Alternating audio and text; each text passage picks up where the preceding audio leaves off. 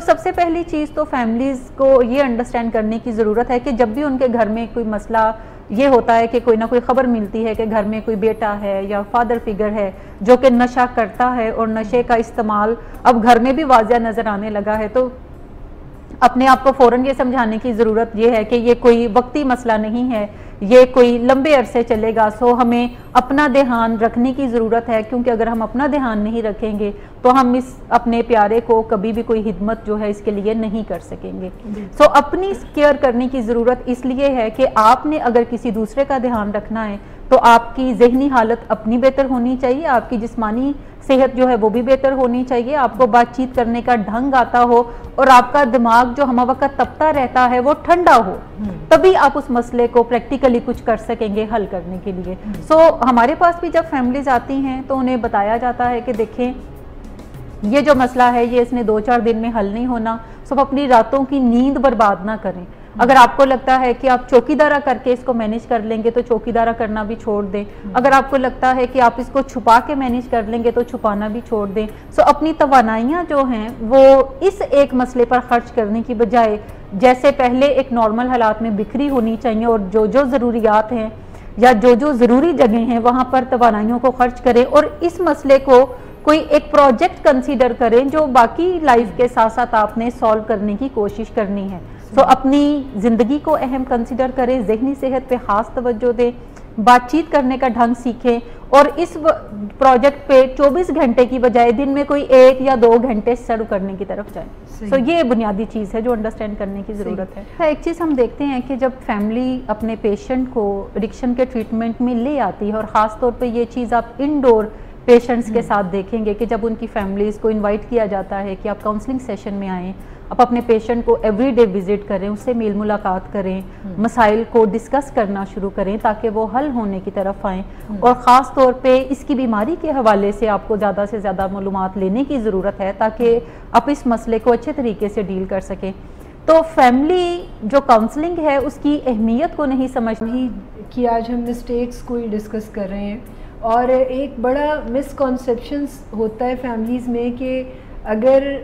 ये पर्सन बीमार है हमारे घर का और ये बीमारी में मुब्तला है और इसे हमने ट्रीटमेंट सेंटर में दाखिल कर दिया है तो अब हमारी रिस्पॉन्सिबिलिटी यही है कि हम इसके ट्रीटमेंट को फाइनेंस करते रहें ताकि ये वहाँ पर ठीक हो जाए और जब ये ठीक हो जाएगा तो हम इसे वापस ले आएंगे। और वो अपनी कोई प्रेजेंस ट्रीटमेंट प्रोसेस में नहीं रखते बाज़ औक़ात। और इसका क्या इफ़ेक्ट आता है जब ट्रीटमेंट के स्ट्रक्चर में या ट्रीटमेंट के प्रोसेस में फैमिली मेम्बर्स खुद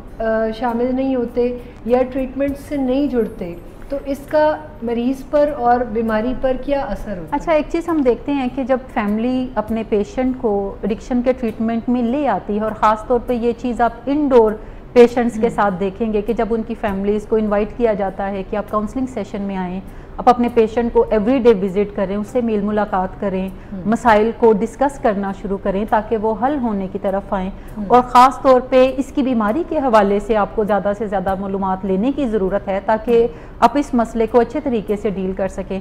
तो फैमिली जो काउंसलिंग है उसकी अहमियत को नहीं समझती बल्कि कोई सेरेमोनियल चीज़ उसको कंसिडर करती है कि ये कोई इजाफी चीज़ है, अगर वो ना भी करेंगे, अगर वो ना भी सीखेंगे तो मसला हल हो जाएगा। और अगेन ये चीज़ उनके उसी फ्रेम ऑफ माइंड से उभरती है कि ये मसला जो है ये इस मरीज़ का है, डॉक्टर के पास हम इसको लेकर गए हैं, अब डॉक्टर इसकी कोई ओवरऑलिंग करके तो हमें दे देगा और हम 100 डेज़ के बाद या 90 डेज़ के बाद जब इसको ले जाएंगे तो फिर ये मसला ख़त्म हो जाएगा और हमें दोबारा दरपेश नहीं होगा। सो एक तो फैमिली को अंडरस्टैंड करने की ज़रूरत है कि एडिक्शन का मसला जो है ये एक फिज़िकल इलनेस है, बिल्कुल डायबिटीज़ की तरह, और ये एक दायमी मर्ज़ है। दायमी मर्ज़ से मुराद है कि इसने हमेशा रहना है। ये एक प्रोग्रेसिव मर्ज़ भी है कि ये वक्त के साथ साथ बढ़ता रहता है, चाहे आप इसको ट्रीट करें या आप इसको ट्रीट ना करें, मर्ज़ जो है वो अंदर खाने आगे चलता रहेगा। अगर आप इसको ट्रीट करते हैं तो हम यूँ समझते हैं कि आप बीमारी के जो नुकसानात हैं उन्हें अरेस्ट कर लेते हैं, होल्ड पे कर लेते हैं और मरीज़ की ज़िंदगी में बेहतरी आने लगती है। लेकिन अंदर खाने बीमारी जो है वो चल रही है, लेकिन आप यूँ समझें कि वो सो चुकी है और अब कोई एक्टिव उसके नुकसानात पेशेंट को या फैमिली को भुगतने नहीं पड़ते। लेकिन अगर अनट्रीटेड है तो वक्त गुजरने के साथ साथ नुकसानात की तादाद जो है वो ज़्यादा होती जाएगी, और फिर एक टाइम पे आएगा कि जिसमें पोटेंशियली फेटल हम इस बीमारी को भी समझते हैं कि एंड जो है वो काफ़ी दर्दनाक मौत हो सकती है, जो कि किसी ओवरडोज की वजह से है, जो किसी एक्सीडेंट की वजह से है, या खुदकुशी की सूरत में है, या किसी के हाथों मर जाना है, या किसी वाइटल ऑर्गन्स के काम छोड़ देने से भी, फेलियर से है कि जिस्मानी हालत इस कदर ज़्यादा ख़राब हो जाती है कि किडनीज फेल हो जाती हैं, लीवर डैमेज हो जाता है, हार्ट अटैक हो जाता है। क्योंकि जो भी पेशेंट्स ड्रग एडिक्शन के मर्ज में मुब्तला होते हैं उनका समझें कि वाइटल ऑर्गन्स आहिस्ता आहिस्ता खोखले नजर आते हैं, जबकि बाहरी ढांचा आपको ठीक नजर आता है, और किसी भी टाइम पे कोई भी स्ट्रोक हो सकता है जिससे वो पेशेंट जो है वो जान से भी जा सकता है। सो अगर मुख्तसर हम ये कहें तो एक दर्दनाक मौत मुंतज़िर है हर गुजरते हुए दिन के साथ, अगर हम इस बीमारी को हल करने की कोशिश नहीं करेंगे। सो इसका मतलब है कि फैमिली को काउंसलिंग में आने की ज़रूरत इसलिए है क्योंकि पेशेंट की जो इनसाइट है अपनी बीमारी के हवाले से वो थोड़ी देर से डेवलप होती है। वो ये माइंडसेट लेके इलाज में आता है कि मैं नशा कर रहा हूँ, मैं जाऊँगा 15-20 दिन में मैं नशा छोड़ दूंगा, उसके बाद मैं फिर दोबारा से अपनी ज़िंदगी को बेहतर बना सकता हूँ और थोड़ा बहुत नशा मैं करता रहूँगा, आजकल मैंने कुछ ज़्यादा करना शुरू कर दिया है, या कम से कम मेरे घर वालों को तसल्ली हो जाएगी कि मैं किसी इलाज में गया हूँ और उसके बाद अगर मैं नशा करूँगा तो ये मुझे कह नहीं सकते कि तुम इलाज में जाओ, क्योंकि मैंने बताऊँगा कि देखो इलाज तो कामयाब होता नहीं, तो अब मुझे कोशिशें कर लेने दें जिससे मैं अपने मसले को खुद ही हल कर लूँगा। सो ऐसे में फैमिली को ज़रूर इलाज के अंदर इन्वॉल्व होने की ज़रूरत होती है, क्योंकि अहले खाना वो लोग हैं जो कि ज़्यादा बेहतर जहन के साथ उन तमाम मालूमात को सुनते हैं, उन्हें अपनाते हैं, अपने रवैयों को भी चेंज करते हैं, और उसके साथ साथ जो अहले खाना की तरफ से मदद की ज़रूरत होती है मरीज़ को, वो मदद भी उस तक पहुंचती है। वो ऐसे बहुत सारे काम उसे नहीं करने देते जो कि मर्ज उसका कहता है पेशेंट का कि ये करने की तरफ जाओ, जैसे पुराने दोस्तों से मिलने में रुकावट पैदा करते हैं, जैसे उसे नशे की जो आमदोरफ्त है घर के अंदर उसको मैनेज करने की कोशिश करते हैं, वो अपने गुस्से को भी ठंडा करते हैं, वो अपने रवैयों को भी बेहतर करते हैं, वो इनेबलिंग और प्रोवोकिंग से बाज आते हैं, वो अपने पेशेंट को मेरिट के ऊपर डील करना सीखते हैं, वो ये भी सीखते हैं कि पेशेंट की ज़िंदगी में नशे की वजह से जो नताइज आ रहे हैं, जो नुकसानात हो रहे हैं, वो पेशेंट को ही फेस करने चाहिए। वो बहाने बनाना छोड़ देते हैं अपने मरीज़ के लिए। इसी तरह अगर वो चोरी करता है या कोई क्रिमिनल केस उसका बनता है तो वो वहाँ जाकर उसे फौरी छुड़ाना छोड़ देते हैं, बल्कि वो पेशेंट को नशे की वजह से आए हुए नताइज को भुगतने देते हैं, ताकि पेशेंट सबकॉन्शियसली लर्न करे कि इन तमाम जो गड़बड़े मेरी ज़िंदगी में हो रही हैं उनका एक कनेक्शन जो है वो मेरे नशा करने के साथ भी है। लेकिन जब अहले खाना इनेबलिंग या प्रोवोकिंग करते रहते हैं तो मरीज़ ये नहीं सीखता कि उसके नशे की वजह से ज़िंदगी ख़राब हो रही है, वो सिर्फ ये सीखता है कि नशा अभी वो कर सकता है, क्योंकि अगर कोई लाइफ में प्रॉब्लम ज़्यादा होते तो फिर वो नशा ज़रूर छोड़ देता, लेकिन अभी चूंकि मसले नहीं हैं तो नशा छोड़ने की ज़रूरत नहीं है, जबकि उसको ये पता नहीं होता कि मसले जो हैं वो फैमिली अपने तौर पे मैनेज करने की कोशिश कर रही होती है। सो अगर अहले खाना काउंसलिंग में आते हैं तो वो ये तमाम बिहेवियर्स के बारे में लर्न करते हैं कि क्या चीज़ें उनके बच्चे के लिए फ़ायदेमंद हैं और क्या चीज़ें उनके बच्चे के लिए नुकसान देती हैं, किन रवैयों को छोड़ना उनके लिए बेहतर है और किन रवैयों को प्रमोट करना, इनकरेज करना और डेमोन्स्ट्रेट करना उनके प्यारे की ज़िंदगी बचाने में कारगर साबित हो सकता है। सो अगर फैमिली ये नहीं सीखेगी तो पेशेंट चाहे 6 माह का इलाज ले ले, उससे कोई फ़ायदा नहीं होता, और जब वो बाहर जाता है तो चूंकि फैमिली ये चीज़ें मैनेज नहीं कर सकती तो वही माहौल के अंदर जब जाएगा वही चीज़ें दोबारा से करेगा तो इवेंचुअली नशा करना भी उसके लिए आसान हो जाएगा। अच्छा, एक बहुत बड़ी टेक्निकल मिस्टेक जो घर वाले करते हैं, क्योंकि हमारे पास जब फैमिली आती है तो शुरू में जब वो बहुत ज़्यादा उनकी लर्निंग भी नहीं होती कोई इस मसले के मुतालिक, तो वो बड़ी ऐसी मिस्टेक्स कर रहे होते हैं जिनका असर हम बहुत ख़राब देखते हैं मरीज़ पर भी और बीमारी पर भी, जिनमें से एक है ब्लेम गेम। एक तो मैं चाहूँगी कि आप हमारे नाजरीन के लिए ब्लेम गेम को डिफ़ाइन कर दें, और ख़ास तौर पे जब घर वाले आपस में एक दूसरे के ऊपर ब्लेम कर रहे होते हैं, पेरेंट्स होते हैं तो माँ फादर के ऊपर, फादर मदर के ऊपर, इसी तरह बाज़ औक़ात मरीज़ के दोस्तों के ऊपर ब्लेम किया जा रहा होता है, कॉलेज स्कूल यूनिवर्सिटी पे ब्लेम किया जा रहा होता है, या ख़ुद मरीज़ पे ब्लेम किया जा रहा होता है कि इसने कोई बहुत ही गंदे काम किए, बहुत ही ख़राब हरकतें इसकी रही हैं। तो इस ब्लेम गेम का क्या इफ़ेक्ट आता है मरीज़ के ऊपर और उसकी उस रिकवरी पे जो कि बहुत ज़्यादा प्रेशियस है उसके लिए आगे चल के ज़िंदगी में। अच्छा, जब भी घर में कोई मसला आता है तो तमाम लोग जो हैं, मेरे और आपके समेत, हम वजह ढूंढने लग जाते हैं कि वजह क्या बनी जिसकी वजह से हमें ये मसला आया। जब भी क्राइसिस की सिचुएशन होती है तो उसमें नंबर 1 स्ट्रेटजी आपकी होनी चाहिए कि आप उस क्राइसिस को मैनेज करें, और जब वो क्राइसिस मैनेज हो जाए तो फिर आप आराम से बैठ के तो वजह भी ढूंढने लगें। जैसे फ़र्ज़ करें कि अगर किसी जगह पे आग लग जाती है तो वहाँ पे मौजूद लोगों की पहली कोशिश होगी कि वो उस आग को बुझाएं, चाहे उन्हें बाहर से कोई मदद लेनी पड़े, फायर ब्रिगेड को बुलाना पड़े, आप उस आग को बुझाते हैं। और जब आग बुझ जाती है तो फिर आप देखते हैं कि ये आग लगी कैसे थी, क्या कोई शॉर्ट सर्किट हो गया था, क्या किसी ने आग लगाई थी, क्या किसी ने सिगरेट फेंका था जिसकी वजह से ये आग लगने की तरफ गई है। सो जो भी वजूहात हैं वो आप बाद में बैठ के तो ट्रेस आउट करते हैं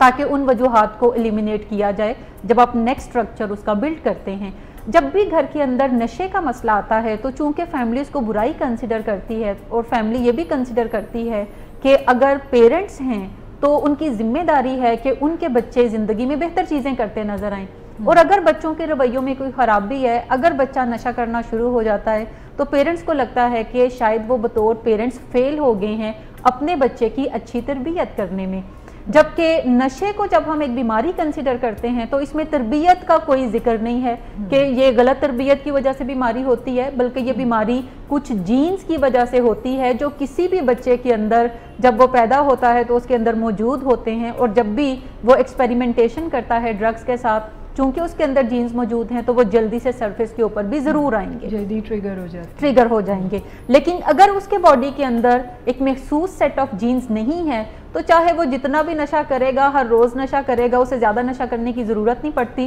वो थोड़ा बहुत नशा कभी कभार करता है या हर रोज करता है और उसकी जिंदगी में बड़े मसाइल नहीं आते, अल्दो के हेल्थ कॉन्सिक्वेंसेस कुछ सालों के बाद जरूर उसको फेस करने पड़ सकते हैं, और लेकिन कोई बड़े मेजर क्राइसिस उसकी जिंदगी में ताज़ा नमूदार नहीं होते। बड़ी आसान सी चीज़ है कि जब भी कोई मसला होगा तो हम एक दूसरे की तरफ देखते हैं कि इसमें तुम्हारा कसूर ज़्यादा था या मेरा कसूर ज़्यादा था, और जब भी हम बात करते हैं किसी दूसरे पे फिंगर पॉइंट करते हैं तो हमारे यहाँ जिम्मेदारी लेने का अवसर लोगों के अंदर थोड़ा कम है। हम ये नहीं सोचते कि अगर किसी ने मुझ पर कोई बात की है तो मैं सोचूं कि क्या मेरे रवैये के अंदर कोई फॉल्ट था। हम फौरी तौर पर डिफेंसिव होते हैं और अपना जो नजला है वो दूसरे पे फेंकते हैं कि नहीं ये मैं नहीं था, ये तुम थे। इसी तरीके से जिस भी घर में नशे का मसला होगा वहाँ पे ब्लेम गेम भी ज़रूर होगी, वहाँ पे तमाम अहले खाना एक दूसरे को ब्लेम कर रहे होंगे कि ये तुम्हारी वजह से हुआ, अगर तुम ध्यान रखते तो बेहतर होता, और माँ कह रही होगी बाप को कि मेरी तो जिम्मेदारी नहीं है, बच्चा बड़ा हो गया तो आपको भी ज़रूर इसको कुछ इसकी तरबियत करने की ज़रूरत है। बाप कह रहा होता है कि तुमने तरबियत नहीं इसकी की, तुमने इसको देखा नहीं, तुमने इसके ऊपर पर्दा पोशियाँ काफ़ी करने की कोशिश की जिसकी वजह से हालात ये ख़राब हुए। ये सारी बातें जब मरीज़ भी सुनता है तो अब उसको भी अपने ज़्यादा नशा करने की कोई वजह चाहिए, तो वो सोचने लगता है कि हाँ शायद मेरी चूँकि तरबियत अच्छी नहीं हुई और इसमें मेरे वालिदैन का फॉल्ट है। तो वो भी जब पेरेंट्स उसको कहते हैं कि तुम क्यों देर से घर आते हो, क्यों ड्रग्स करते हो, क्यों तुम हमारे लिए बदनामी का बाइस बनते हो, तो वो उन्हें कहना शुरू करता है कि चूंकि आपने मेरी तरबियत ठीक नहीं की तो इस वजह से मैं करता हूँ, चूंकि आपने मुझे बचपन में प्यार नहीं दिया मैं इस वजह से करता हूँ, चूंकि आपने मेरे साथ दूसरे बच्चों की तरह ट्रीट नहीं किया, मुझे मेल ट्रीट किया तो मैं इस वजह से करता हूँ। सो ये ब्लेम गेम जो है वो पूरे घर में फिर चलना शुरू हो जाती है।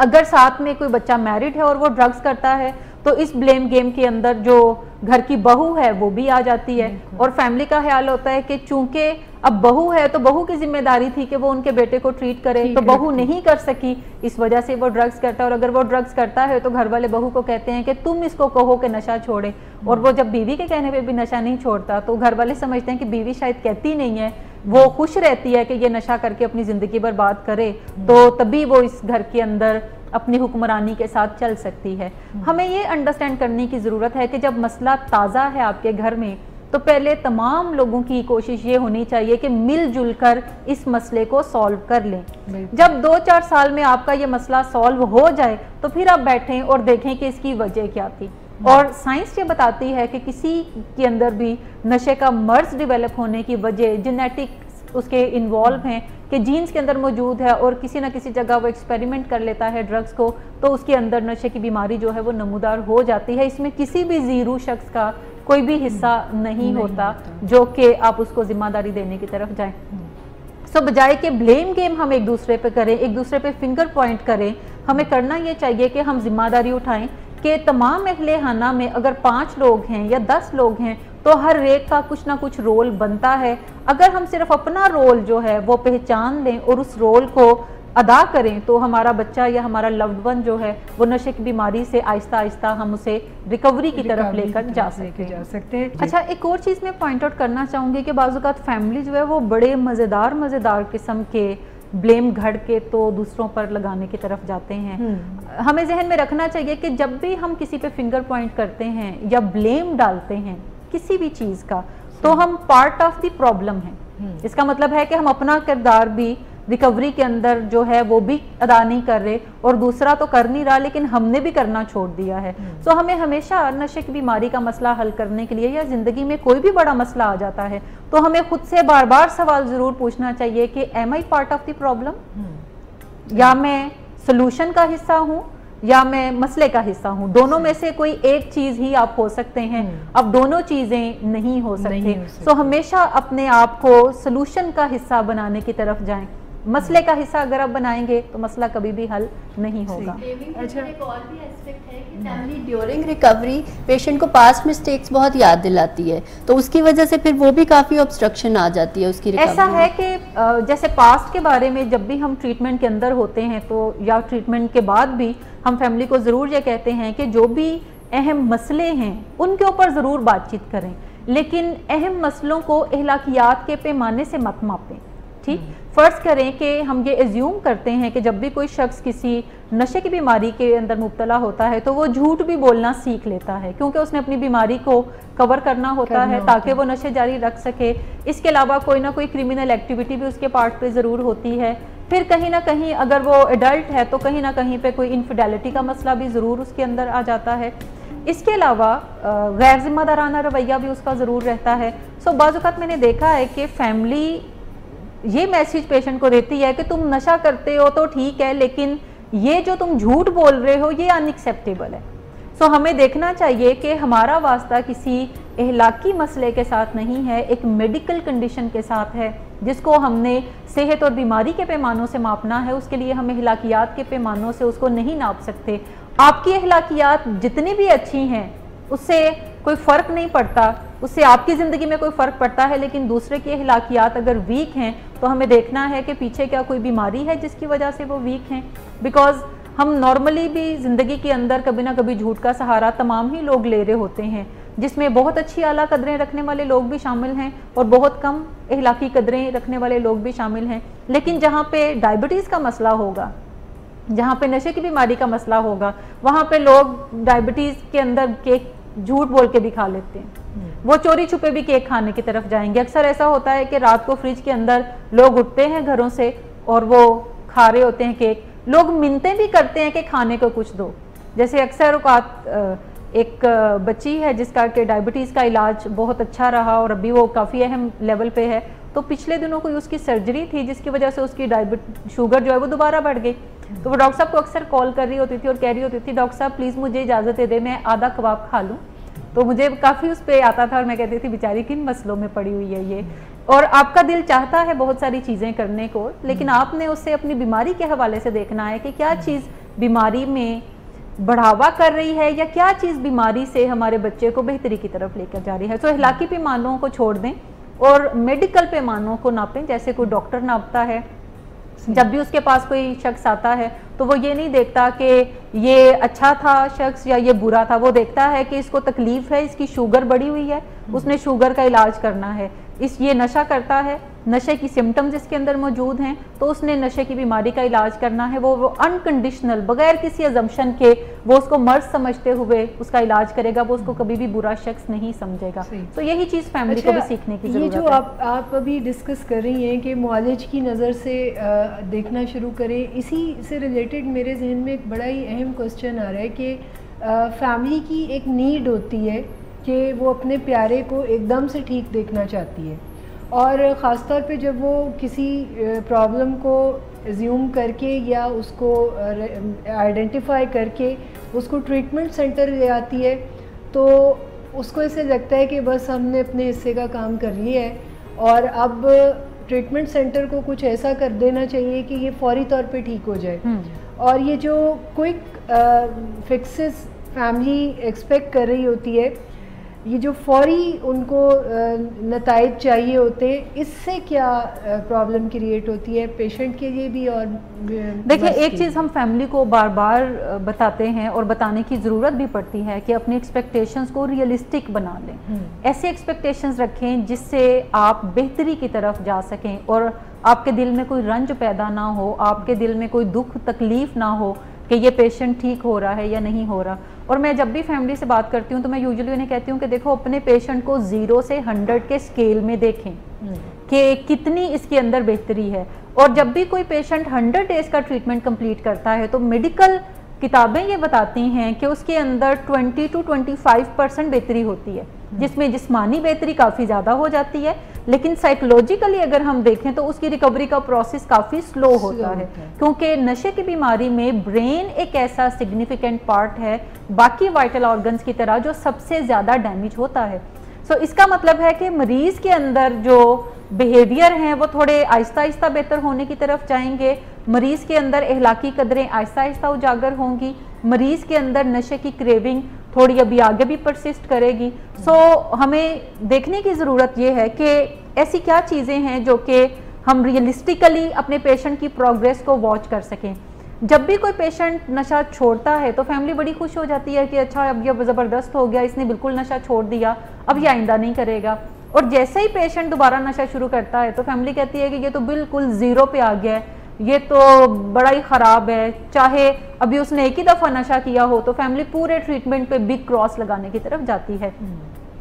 एक चीज़ हमें जहन में रखनी चाहिए बतौर फैमिली मेम्बर भी कि नशे की बीमारी जो है ये कोई एक्यूट मर्ज नहीं है, ये एक क्रॉनिक मर्ज है, दायमी मर्ज है, जिसका मतलब है कि लाइफ टाइम जो चीज़ चलनी होती है तो आपने इनिशियल उसकी मैनेजमेंट सीखनी है ताकि आप थेराप्यूटिकली अपने पेशेंट को ट्रीट कर सकें, और पेशेंट ने भी मैनेजमेंट सीखनी होती है ताकि वो इस लंबे अरसे की बीमारी के साथ जो ज़िंदगी भर चलनी है वो उसके साथ रहना सीख ले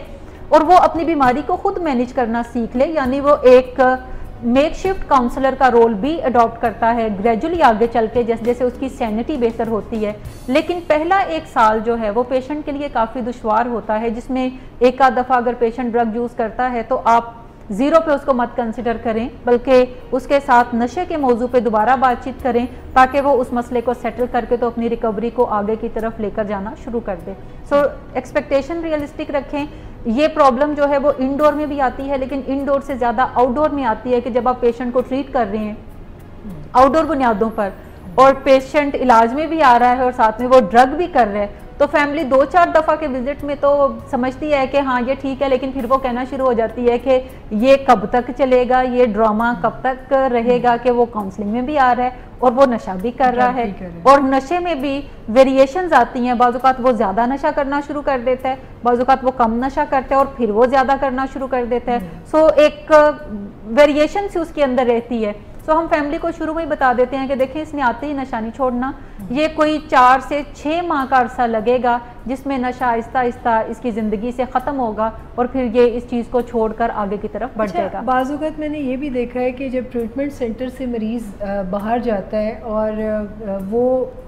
इलाज के नतीजे में कोई खुशबाश इंसान के तौर पे नज़र नहीं आ रहा होता, क्योंकि ये जो लिमिटेशंस हैं ख़ास तौर पे जब एडिक्शन के थ्रू किसी सब्सटेंस की वजह से बार बार प्लेयर सेंटर हिट होके ब्रेन के केमिकल वेस्ट हो चुके होते हैं, तो एक लंबे अरसे तक मरीज़ आपको डिप्रेशन में नज़र आता है।